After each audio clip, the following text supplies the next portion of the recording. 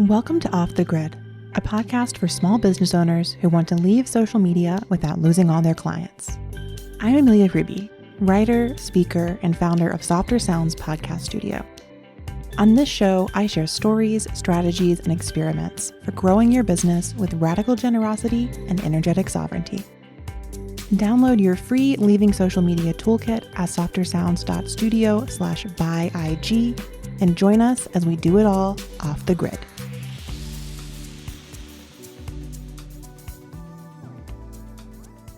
Hello, and welcome to Off the Grid, a podcast about leaving social media without losing all or any of your clients. I'm your host, Amelia Ruby. I'm the founder of Softer Sounds, a feminist podcast studio for entrepreneurs and creatives, and I am also your fellow explorer in this journey of running a successful, sustainable business without a social media presence. You are currently listening to season 2 of Off the Grid, and let me tell you, this season has been so fun and so full of amazing conversations and ideas. If you're enjoying it, I'd love if you would head on over to Apple Podcasts or Spotify and give the show a 5-star rating. It takes about 2 seconds. And if you got a few extra seconds, I'd love if you might want to leave a review and tell other folks how much you enjoy one episode or all episodes of the show. They help us build a little social proof, which is something I'll talk about in an upcoming episode of Off the Grid. And I also love sharing reviews in the newsletter that goes along with this podcast. So if you have a moment right now, I'd really appreciate if you could go rate the show, leave us a review, and maybe you'll see your words in an upcoming email from yours truly. And of course, in exchange, I offer you my loving devotion and the free Leaving Social Media toolkit. That toolkit includes a 5-step plan for leaving any social platform, my list of 100 ways to share your work without social media, and a very cool database for organizing quarterly creative marketing experiments. You can find all that at softersounds.studio/buyig. That's BYEIG. Go grab it if you haven't already. It's great. Over 1,000 people have downloaded it. Tons of them love it. And it's also the only way to get those weekly emails I mentioned earlier. So, announcements aside, let's get into the episode.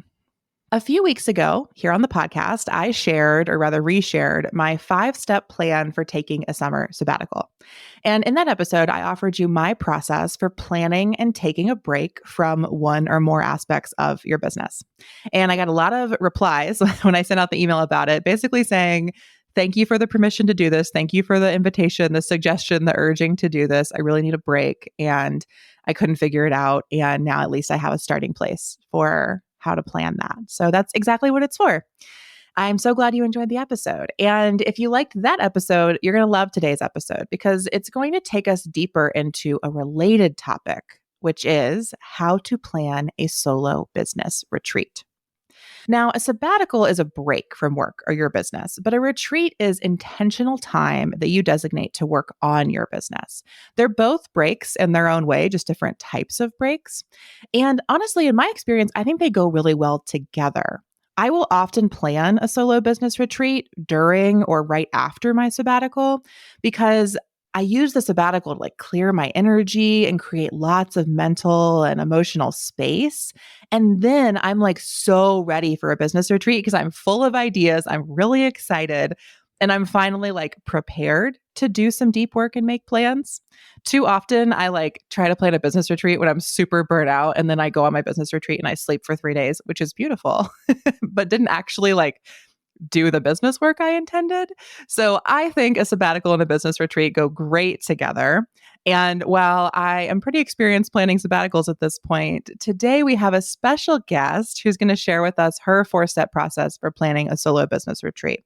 So let me tell you all about her. Maggie Gentry is a thought partner to coaches and creative entrepreneurs looking to intentionally scale with a focus on marketing operations. She helps her clients create proactive, sustainable marketing plans and effective systems that support both the business and the business owner. Her approach lets values lead, prioritizes people over profit, and focuses on long-term sustainable growth over short-term gains. So I've worked with Maggie in the past. I can testify firsthand to her gentle brilliance and business mastery, and I'm so excited to have her with us today to tell us all about business retreats. So welcome, Maggie. Thanks for being here. Thank you so much. I'm delighted to be here. I'm so happy to have you. So I'm trying out a new thing on some episodes of the podcast where instead of diving like straight into the topic, I can get a little intense. Like instead of jumping off the high dive into the deep end, first thing, I thought we might start with just like a little business check-in. So can you tell me and the folks at home, what are you up to in your business lately? And maybe like, is there something that's going really well or not so well that you'd be open to sharing? Oh, yeah.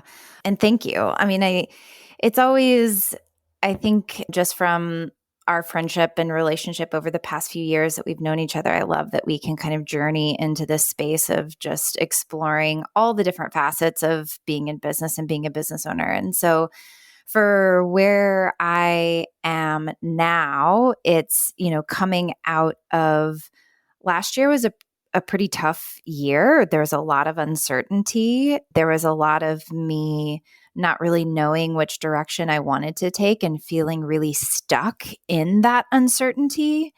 And there was a lot of spinning the wheels. There was a lot of trying to grasp, it was like the grasping for straws, just trying to find the quick fix solution, even though it's this weird disconnect of I know that mentally I want to do something different. And yet there is like this unsafe feeling in my body that was, I don't want to say forcing, but that was prompting me to do something different than what I really believed.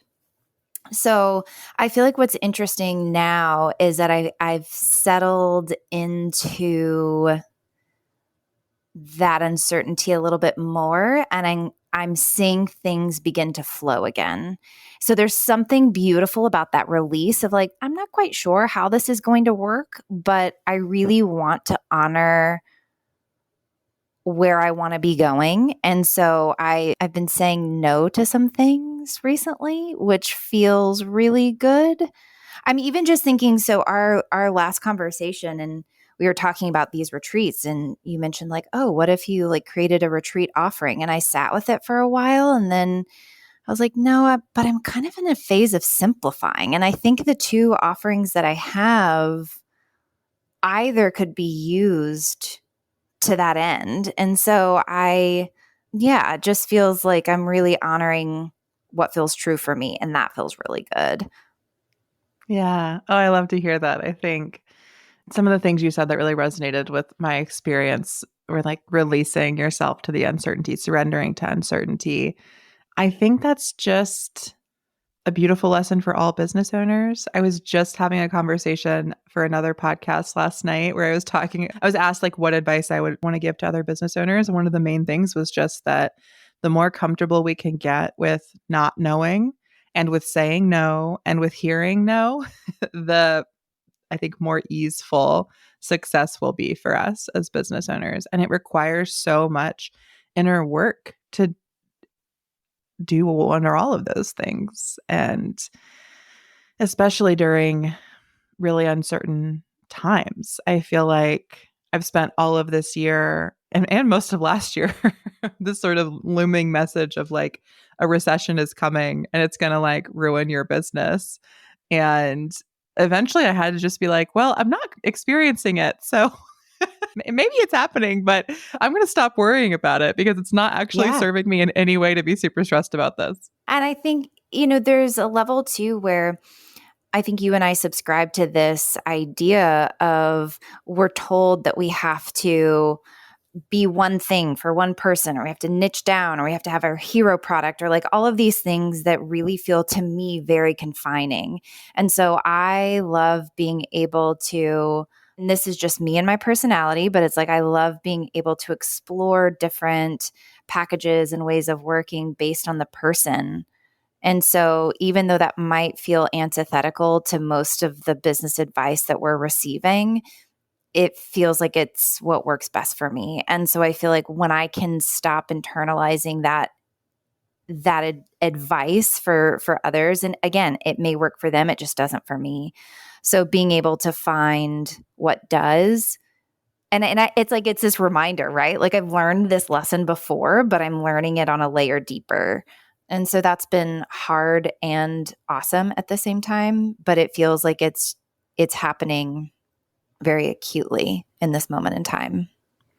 Yeah. I find the advice of like have one offering, like do one thing for one ideal client avatar, like very tempting.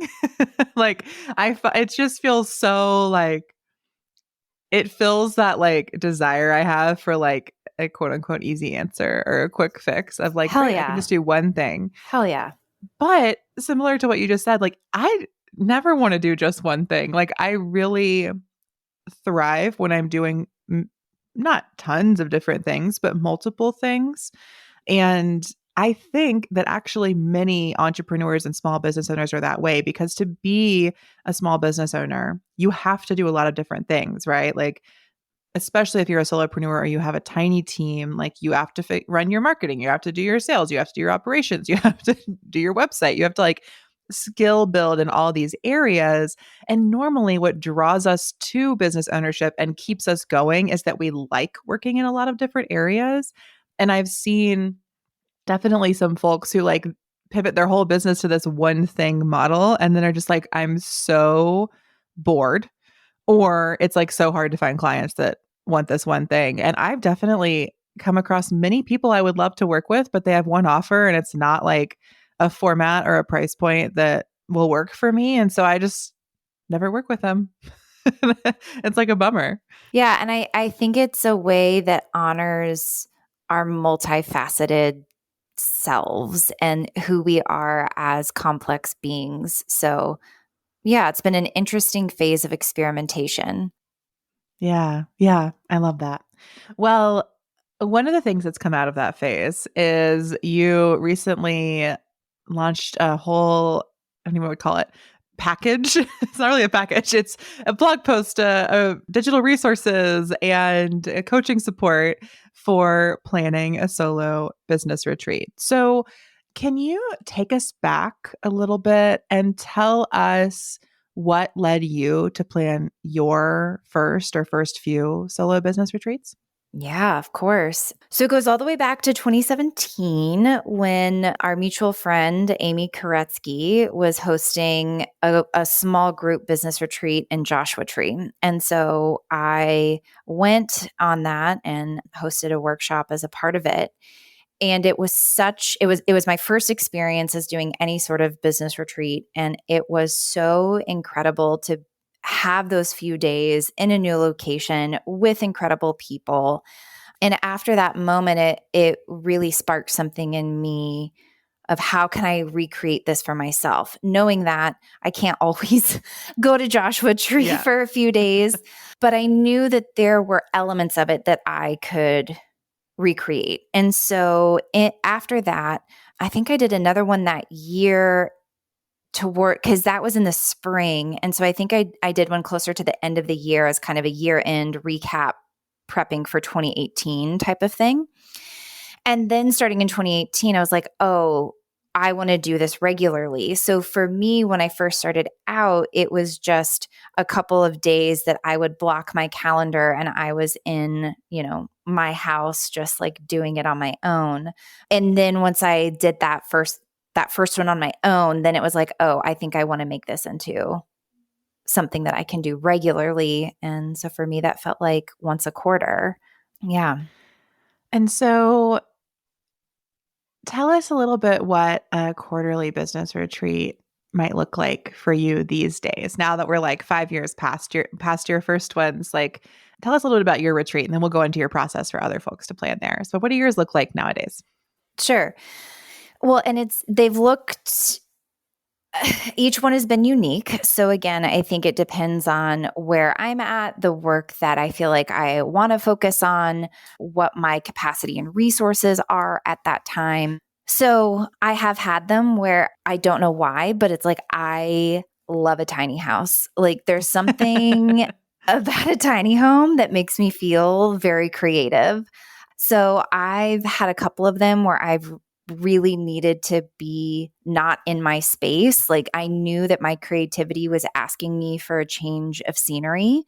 And so I have done it a couple times where it's a couple nights at a tiny home, even in my same city. So I was just staycationing, but being able to walk to my favorite juice shop was an important thing one time, so I could go there and get my juice in the morning.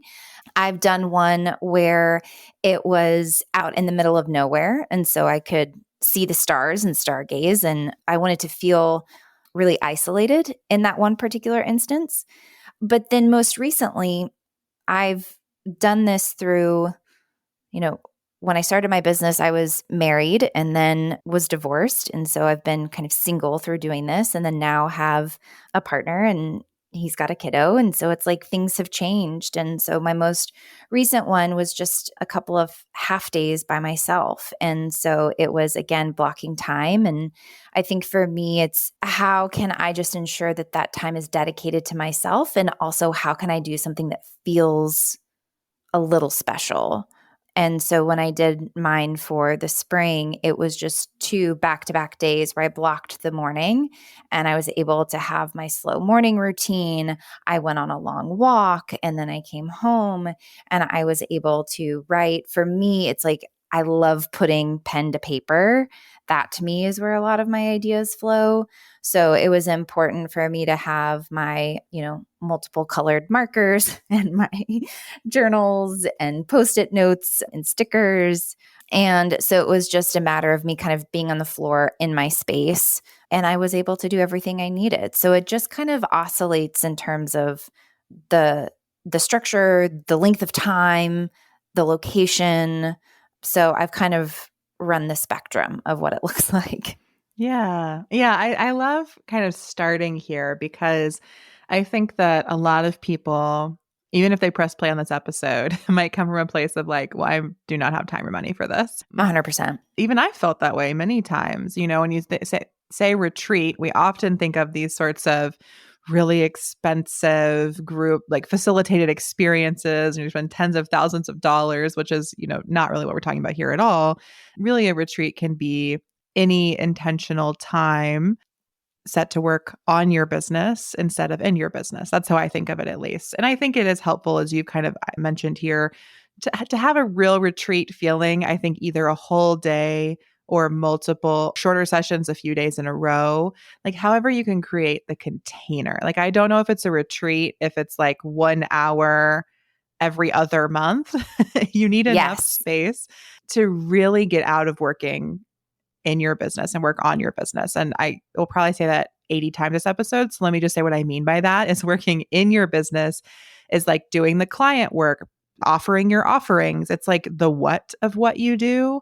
And working on your business is more of the why, the how of what you do. And, working on your operations, thinking about your mission, things I've done on business retreats.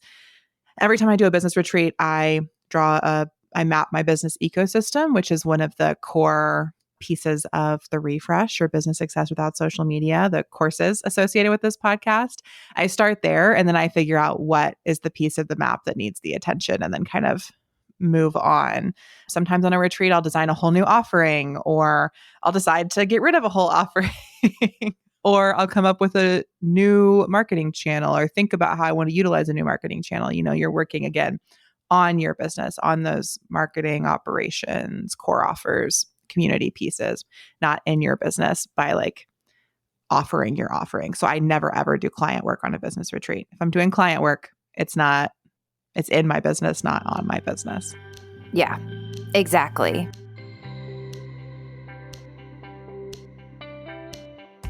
Hi, Off the Grid listeners. Amelia here, interrupting our conversation today because I want to share with you one of my favorite marketing tools. When I left Instagram, I invited all of my followers to subscribe to my mailing list in order to keep in touch with me. And I promised to send them monthly-ish notes on a lot of the themes I used to talk about on social media. I've used many email service providers in my day, but my favorite of all of them is Flowdesk. Flowdesk is a gorgeous, easy-to-use email service provider. It helps you create beautiful, thoughtful emails, and even better, it's really set up to help you create easy-to-use landing pages so people can join your list, and workflows so you can automate sending messages to folks who sign up through different pages. Flowdesk is how I run all of the welcome sequences and lead magnets at Softer Sounds.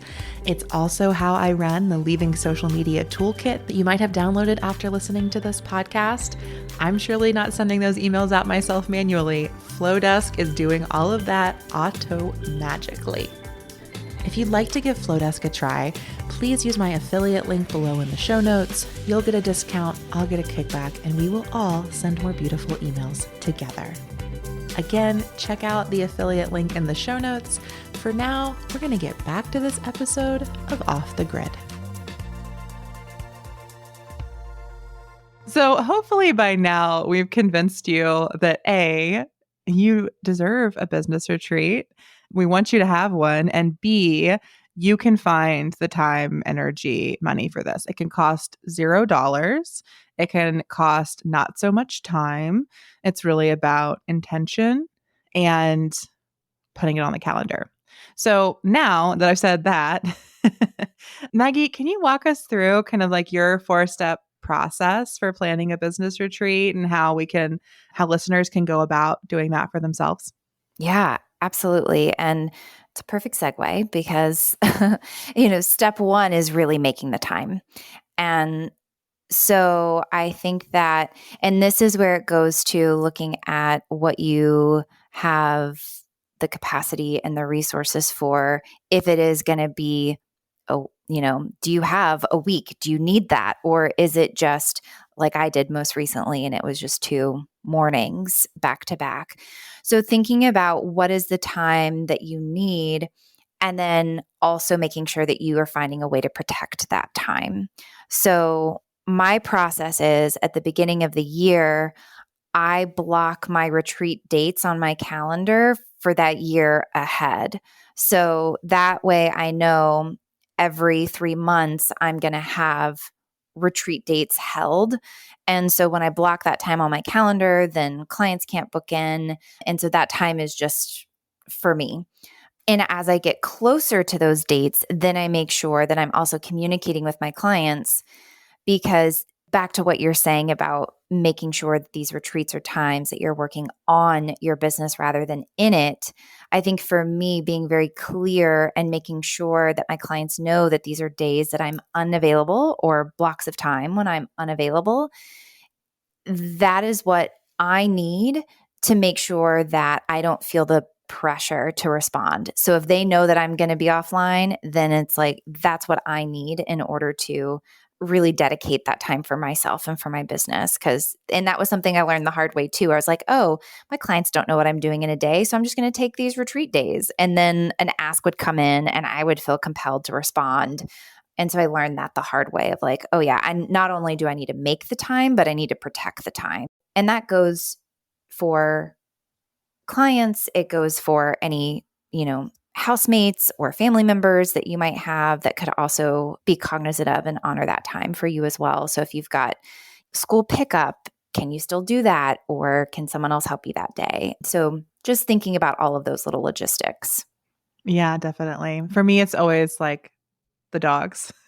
Yeah. Like I often will leave the house for a retreat, even if I retreat to a coffee shop for the day, because I can communicate to my partner I'm on retreat. I can communicate to my family. I communicate to my clients, but I can't communicate to my doggo that it's retreat day. Yeah. Yeah. And I need to not be interrupted by 3 more walks than usual. Yeah. Which is often what happens when I move myself to the floor to work on the giant Post-it note that I like to work on to make the maps and things. And then the dog is like, oh, it's playtime. So I like what you said. It's not just like making the time, but also protecting the time. And I love that you do quarterly retreats and plan them at the beginning of the year. I will say for anyone else who heard that and was like, I can't do that. I am not a year ahead planner. I can do 6 months at most. And for me, my retreat cycle, and this really, it's like an internal urge. I feel it. I need a retreat in like December, January, a winter one, and I need a summer one. I need one like June, July. I'm like really ready.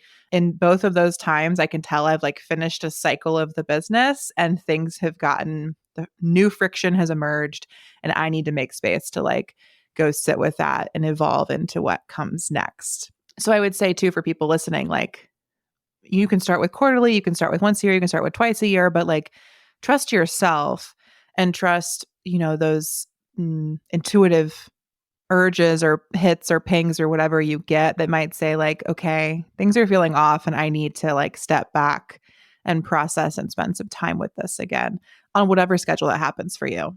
And I should say too, just because I block those days doesn't mean I actually take the retreats on those days. Fair, fair, fair. So, it's also one of those things where for me, knowing that I've blocked time is just what I need so that when it comes closer to, then I can kind of adjust as needed based on where my life is at that point. Yeah, yeah, definitely. And I do think as I kind of started the episode with planning retreats and sabbaticals, and for me, a retreat for me will normally be a day or two, and I feel less like I have to block it early. But like if I want to take 3 weeks off, like I'm doing this summer, I need to decide that much earlier in the year. And there's a whole new degree of communication and all these other things. So I think too, knowing like making the time, protecting the time also includes, figuring out the length of time and deciding in our bigger context, is it a retreat? Is it a sabbatical?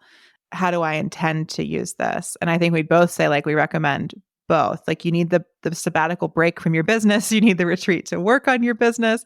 And for me, retreats, and I think actually this will take us right into step 2 in the process. To me, retreats also include, if not a sabbatical, like a moment of sabbatical, like a moment of self-care or connection that does tend to you and your spirit. And I always need that before I'm ready to go like do deep work. Like, and it's like a transition time from working in my business. I need a moment to like take care of myself and transition to be ready to work on my business. So Maggie, take us into step 2 in your process for planning a business retreat. Kind of relates to all that. Yeah. So step 2, and it's funny, I think that step 2 and 3 can sometimes be interchanged. So it kind of depends. But I'll say that step 2 is like assembling what I call your retreat ingredients. So really thinking through what is it that I need at this moment. And so once you've decided to take your retreat, then I think comes the fun kind of experimentation, or you can kind of become a detective and just honoring and becoming observant in terms of where am I feeling called? What is the thing that I feel a lot of energy around, but I don't seem to be able to get to it? Or what is the thing that's the question I love is like, what's the rock in my shoe? So is there something that's just drawing your attention that it really needs some love and for you to just dedicate a little bit of time to it?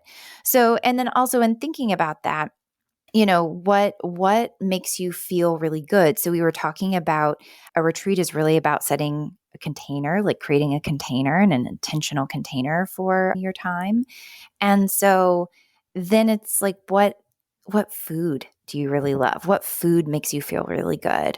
What clothes make you feel in whatever way you want to feel? So do you have an outfit? It's like, do you like putting on a little bit of lipstick or some perfume? Or like, do you want to get your nails done so that you feel like, what is the way that you want to feel and how can you support yourself in making that happen? You mentioned also the spiritual transition component. So it's like, might you want to work with a healer or a body worker? Do you want a movement class? Like, do you want to be with people or just incorporate movement somehow? Would you like to bring your tarot deck with you? Or what are the things that you need that will help you to really settle in and ground in to the intention that you want for this particular time? So I think that's really important to just kind of be an observer in your experience for a while leading up to the retreat to really anchor into what is it that you want this retreat to provide or evoke or maybe even resolve. Mm-hmm. Yeah. And definitely for me, like anytime I go on a retreat, it's going to be about slowing down because when I get caught up working in my business, and I just feel like it's like I'm like a wind up doll and things just get like more and more and more and more and more frantic or scattered or sticky. And like retreats are moments where I'm truly like, I'm literally unwinding or I'm just like putting it away. We're like slowing down, really stepping out of that. So, what are the ways that you do that I do that anyone does that. So we can have those ingredients for ourselves for those reasons I shared. Like, one, I think to provide the transitional space. Because if you're doing a half day retreat, as you mentioned earlier, Maggie, right? And you've just done client work all morning, but you're like, and you're so stressed and you're exhausted, but it's your retreat afternoon, you're not going to be able to go straight from like sending a really tough client email to being on retreat without some type of transition. Like that's really necessary. Or for me, again, part of the reason I like to do retreats away from home is because like the road trip to drive to the place is my transition time. And I put on like a fiction podcast and I Yes. love driving and I get like my favorite snacks. And like that car time is my transition time to being on retreat. And so I think it's both like, yeah, how do we need to help ourselves transition into retreat space? And then what are all of those beautiful things ways we want to care for ourselves while we are on the retreat as well? 100%. And, so I'm based in Austin. And, so in the summertime, one of my favorite ways to transition is to we have Spartan Springs or Deep Eddy. They're both really lovely natural bodies of water. Well, Deep Eddy is man-made, but it still is spring-fed water. So it's very cold. And there's something about being in that water that can be that initial kind of trigger. Like it forces me to be in body. And then after having that dip, especially when it's 100 plus degrees outside, and then stepping out and then allowing the time after the water to begin my retreat process is really lovely. Oh my gosh, yes. I have to co-sign putting yourself in a body of water as a way to start your retreat. I have a mini pool in my backyard I will use. I will go to the float tank. I love a good float to start a retreat. I'm much deeper in the Midwest, so not many bodies of water here. But even a really nice long shower or bath with some nice Epsom salts. Let's all start our retreats. I mean, you don't have to do this, but I invite all of us to start our retreats by like putting ourselves in a body of water, whatever it may be. Yes. The dream. Mm-hmm.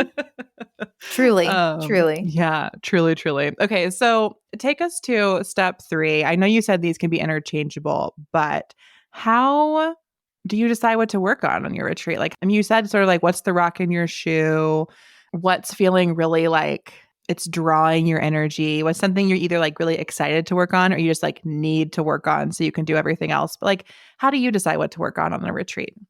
Yeah. And, why I say that sometimes 2 and 3 are interchangeable is sometimes this is so obvious to me. Like I know what I need to work on, and then I can create the retreat container around that. And so I've done like the ones where I've been in the tiny homes, it's because I know I have a lot of writing to do. And for some reason, it's just like being in another space like helps the writing come. And I know that about myself now.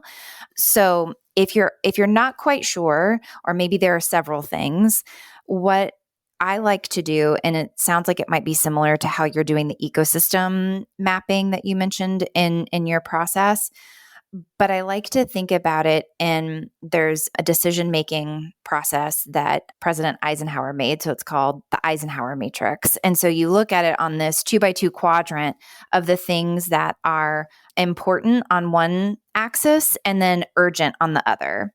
And so when we think about working in our business, it's often the things that are important and urgent. So that's the client work, deadline driven.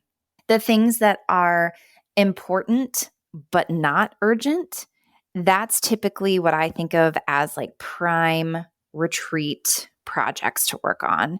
So those are the back burner projects, the things that we're like, oh, must be nice, or one day when I'll get to that, or oh, when I'm not as busy. So it's those things. And oftentimes it can be like, I, threw that lead magnet up and I really want to write the welcome series, like as like a practical example. Or it can be, I really want to review my onboarding process because now that I have a few clients who've gone through it, I know that I want to really nurture that welcoming experience for my clients a little bit more. So it can be the things that feel like they can be beneficial to the business overall, but it's just, again, not having that dedicated time to work on it. Yeah, I feel like things I've worked on business retreats also run the gamut from designing new offerings I've definitely did a 1-day retreat for myself where I just recorded 6 episodes of Off the Grid. It was really grueling, honestly. I don't think I'd do that one again, but I will Oh sometimes my do sorts gosh. of like content creation retreats. If there's something I know I really want to go deep on and like I can't find the time, I'll just be like, okay, I'll spend my whole day with Off the Grid. And I love that sometimes. There are what else have I done on retreat? I mentioned making the ecosystem map. I think because I retreat twice a year, I really feel like I need to reconnect with what is everything the business is offering right now. Because as I move through the year, people ask me for things and then I make them. And at every single retreat, I'm like, why do I have 4 custom projects right now when I would like 0? Or I'm like, Yeah. is that going to become an offering, or is that like a never again, Amelia? That was like not a good use of your time. So I really like to do those sorts of audits on retreats as well. Like, what's everything I've done for the past 6 months? Let me actually check in with like, did it accomplish this goal, that goal, whatever it might be. And that really helps me avoid like mission creep, avoid taking my business somewhere I don't intend to go. Yes. I think that that's like a really important reason to retreat because, as you said, we're in that matrix of like what's important and urgent. That's often determined by other people, by our clients, by our customers, by our collaborators. Like I really feel that it's like in my inbox. Everything happening in my inbox is that important, urgent stuff. And I really need retreats to let myself pull back and even just ask, like, what's important and urgent to me? Because so often the urgency is determined by other people, and I need to reconnect with my own urges and get to those things. And that's sometimes I need a retreat just to figure out what that is, let alone then another retreat to actually work on any of those Mm-hmm. things. And I think you mentioned the audit, which is huge because even I'll do that too, of just like an energy audit. And so it's thinking about whether that's projects or clients or what I'm working on and what feels energy positive, energy neutral, or energy negative. And that can be super, super supportive.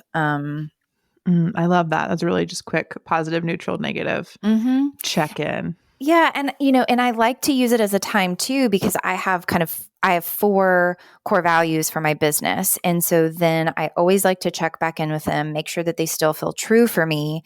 And then also, how am I going to live that value over the next 3 months? And so that's another way for me to ensure that I'm, living my values, which feels really important to me. Yeah. Oh, I really love that. And I think as we've both shared here, a sort of retreat, as you retreat over time, you'll build these practices and rituals around your retreat. And so you'll have the sort of ritual of like, I'm going to get in the body of water. I'm going to start with the energy audit or with the ecosystem map or whatever it may be. I always am going to pull a tarot card and light a candle toward the beginning of my retreat. These Same. things that you do every time. And then you go into what's specific to that time, the thing you want to work on during that period. And I also want to say that I think my most impactful retreats, I didn't come out of them with some like breakthrough revelation, a whole new business. Like the impact is just that I've recentered for me. And so I don't like, we're not here, quote unquote, selling you a business retreat that's going to transform your whole business and your life. And like, you're going to come out at the other end with like $1 million idea. Like that could happen amazing. But to me, it's less about like any external outcome and way more about just that I have like recentered with myself and my business and we're on the same page again. And that's just so important. Absolutely. I could not agree more. And I think that it is that reconnection because, again, to me, it kind of goes back to that urgency piece, which I think is so deeply tied to internalized capitalism. And so I'll speak for myself in that I know that I get caught up in that, even though I do everything that I can to unsubscribe from that belief system, it is still deeply embedded in my bones. And so this retreat for me is a practice and a process of decoupling from internalized capitalism, from decoupling from that urgency state of mind, from that scarcity state of mind. And it feels really important for me to reconnect to my purpose, to reconnect to my business mission. So yes, thank you for stating that because it's so true. I love what you just said. I literally wrote it down, decoupling. I was like, gotta remember this quote.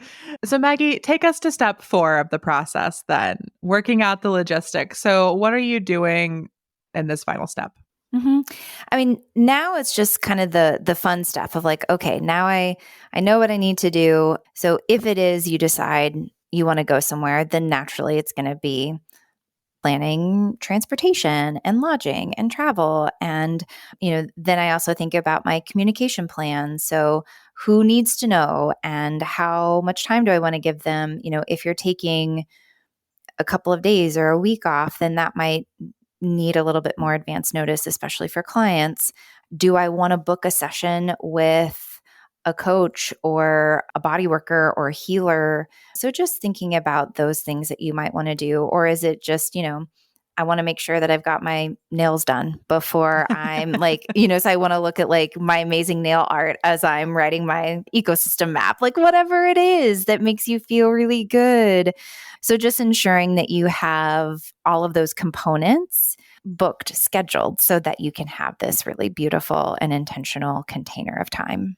Yeah. And I think too, maybe a piece of that's a little more forward planning is like saving the money, right? So maybe at the start of the year, I want to do 2 retreats this year and I need to make, I bank with Novo where you can have reserves in your accounts. Like I'm going to make a retreat reserve and I'm going to set aside 5% of the money that comes into the business. And that's my retreat account. And that's going to be the money I can use to go somewhere or get the body work done or hire the coach or whatever it may be that I want during that time, get my nails done.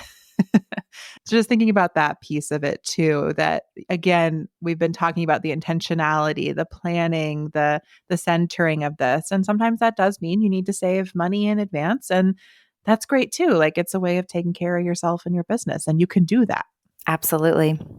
Well, amazing. I love this conversation so much. Maggie, is there anything else you want to share about retreats and how to plan a solo business retreat or why folks should take a business retreat?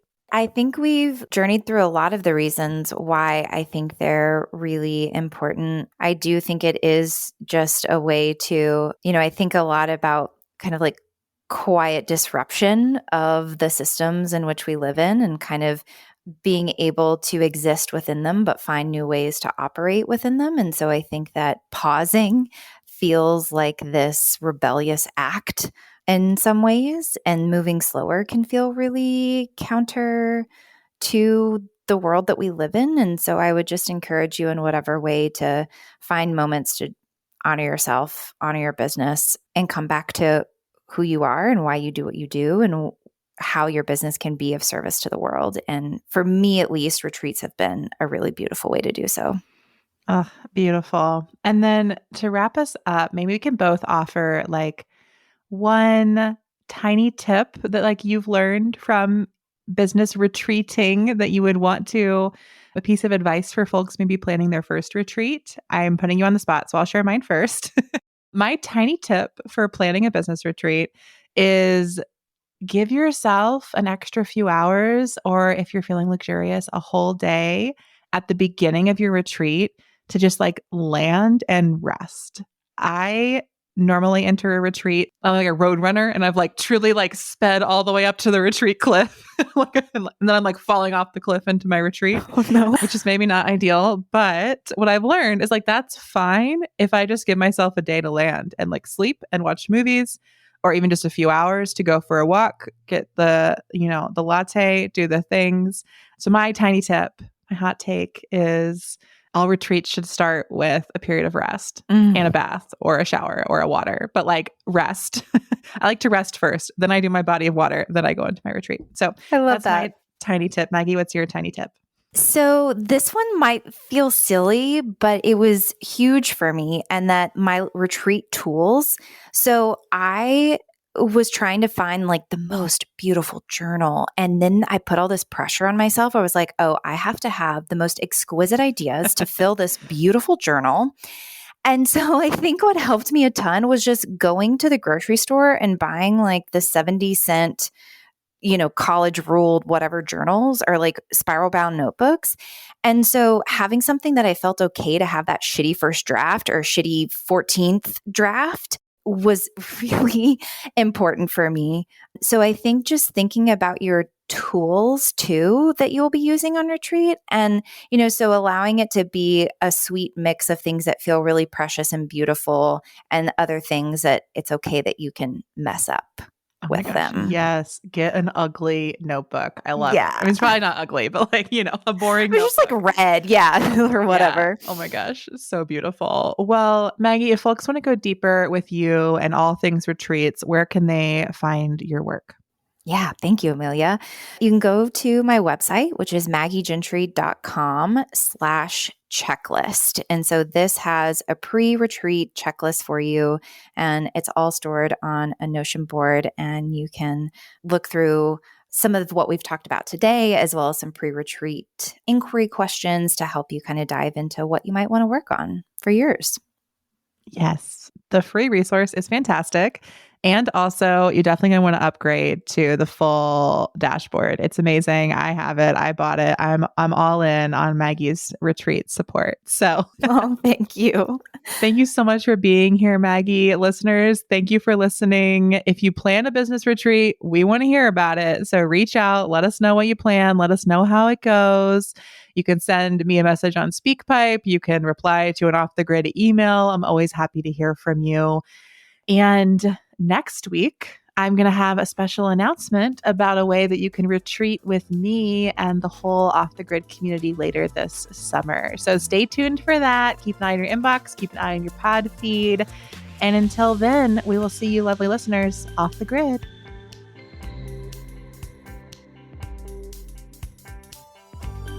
Thanks for listening to Off the Grid. Find links and resources in the show notes, and don't forget to grab your free Leaving Social Media Toolkit at softersounds.studio/byeig. That's softersounds.studio/byeig. This podcast is a Softer Sounds production. Our music is by Purple Planet, and our logo is by Natelier Studio. If you'd like to make a podcast of your own, we'd love to help. Find more about our services at softersounds.studio. Until next time, we'll see you off the grid.